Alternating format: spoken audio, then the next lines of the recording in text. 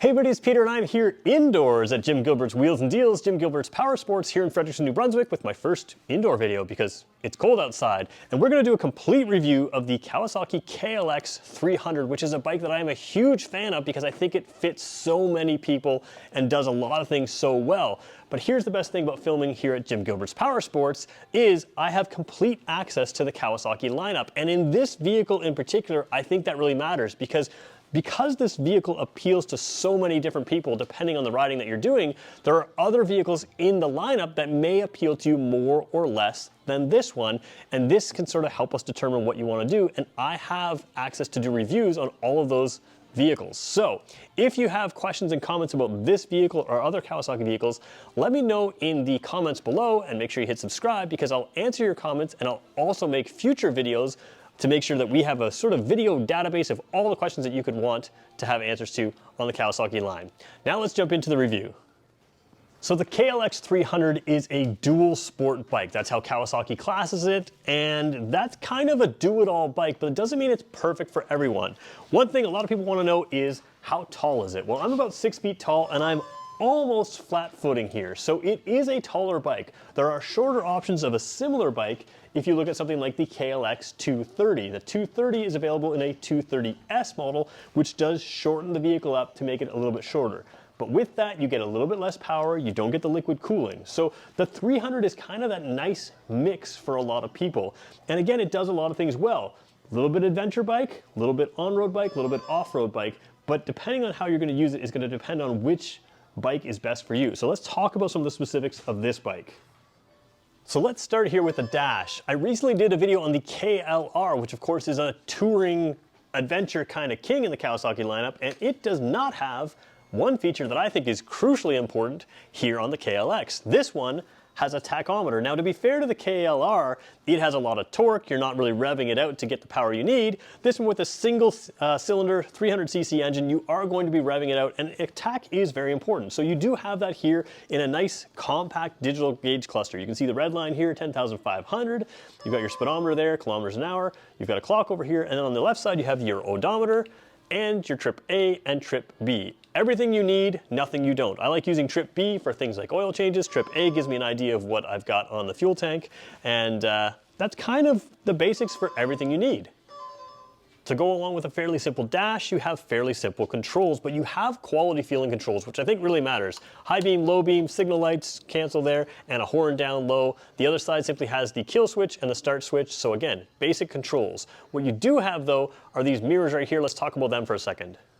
Whether you're an experienced rider or a new rider, great mirrors really matter, and these ones are really good because they stand up and out. They don't have your elbows in the view, so you can really see behind you super clear, and I think that's really important. Speaking of mirrors and safety, lights of course are also important, but this is a dual sport bike, and dual sport bikes can end up in off-road situations where, let's face it, maybe you have a little tumble or a fall or a crash, and you want durability. So you've got, instead of an LED light like you see on a lot of the street focus bikes, just the regular halogen light bulb. That's going to be less expensive to replace if something goes wrong. And of course here on your stocks here, you've got your signals. They are not LED, and I think on this class of bike, that's a good thing. These are, again, a little bit less expensive to replace if something goes wrong, but they're also very durable. You can really bounce them around there and no real issues. So durability is a strong point of this bike. Let's talk about capability. Capability is a strong point on this bike, and it really comes down to the suspension.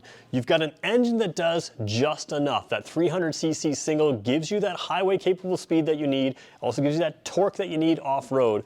But really, suspension is what's going to make a lot of difference in this riding. And let's be honest, the competitors to this bike, they're kind of softly sprung and not really all that good. This one has great suspension, so 10 inches up front, 9.1 inches out back of travel, but travel doesn't tell the whole story. It's how precise it works. And the front here, they work really, really well. The rear, same thing. You've got the fully adjustable rear shock buried right in here. You can almost not see it from the angle you're on, but it keeps everything compact. The weight is centralized. Again, only 302 pounds on this motorcycle, so really good lightweight bike that you can take off-road and do your things with.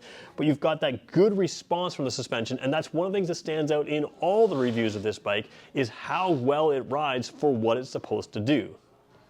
For many people considering this bike, this might be a great first bike, and I do want to point out these little tabs right here. If this is your only bike and you need to take things along with you, something like the Versys 300X, sure, it has the side bags, but if this appeals to you more, you're not limited in luggage. You can still take luggage, use these little tabs to strap on things, whether it's a bag or a bungee or anything else you want. You've got that 2-person seating capacity, so you've got room to strap stuff over here. And this little compartment, if you're just taking your wallet, your cell phone, the basics, you can fit that in here. There's still a toolkit in here, but it's not, it's not full. There's room to take what you need.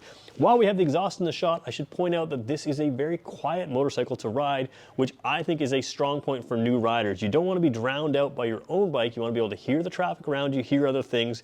And I think it's just nice to have, on this style of bike, a quieter bike to get around town in. So who is this bike for? Well, obviously a dual sport bike is a type of bike that appeals to first-time riders, and this one is an absolutely great first-time bike. Again, having the instrumentation you need, the 300cc single, the power you need. I think liquid cooling is great. Obviously, you've got fuel injection, which is pretty common now, and good safety, good lights, all that stuff matters. But where I think this bike is also good is perhaps in the more experienced rider as a second bike. We're all dreaming of doing that adventure riding, heading way off-road, and the reality is we're probably not gonna go way far away from our home to head down dirt roads and other trails, whereas this bike can get us to those and do everything that we wanna do as a second bike. But it depends on what you value on if this is the best bike for you. To me, as an absolute do-everything bike, this bike does things well. It's a less expensive option than something like the KLR. It can go further off-road because it's lighter, it's simpler. But if you're into touring, you've got options in the Kawasaki lineup. So you've got, for instance, the KLR and the Versys 300X. The Versys 300X is also a 300cc liquid-cooled engine. It's a twin cylinder, so the way it works is much different. It's got a little bit more highway-capable power. It's got a little bit more street-oriented tires, so you can still go off-road in it, but you're not gonna go truly down the trails. It's more of a gravel road and on-road bike. If that's what you want with hard luggage and lots of it, that's probably a better bike for you. If you want to go adventure touring, again, that KLR is sitting in the lineup. It's a really good value, a little bit more than this, but that's a good single bike for everything you want to do. This one is more focused, more lightweight, and to me, as a secondary bike, I think it would be great because of its lightweight and simplicity. There's no maintenance to worry about. It's just a simple bike, but you can really do a lot of that riding that you can't do on your road bike with this, but you can still get down any road to get to that area. So what kind of rider are you? Let me know in the comments below how you would use this bike. Is something like the Versys 300X a better bike for you? And if you want to know, I'll do a video on it. It's coming in soon. I've already done a video on the KLX 300 SM. SM stands for Supermoto, and that bike's awesome for an in-town sport bike, kind of in the city type sport bike, which is again the same bike as this with sport bike type tires, 17-inch street tires, and it's a lot of fun. So you can check out that review as well. If you're more into adventure riding and you want to do some more off-road than the Versys 300X can do, the KLR is another option. It's substantially larger than this. It's got more power, but it's a legendary bike that's a true adventure bike, and I've got a review of that one already up as well. And that's the best thing about Jim Gilbert's Power Sports. They took on the Kawasaki lineup just a few years ago, and they're the #1 volume Kawasaki dealer in the country.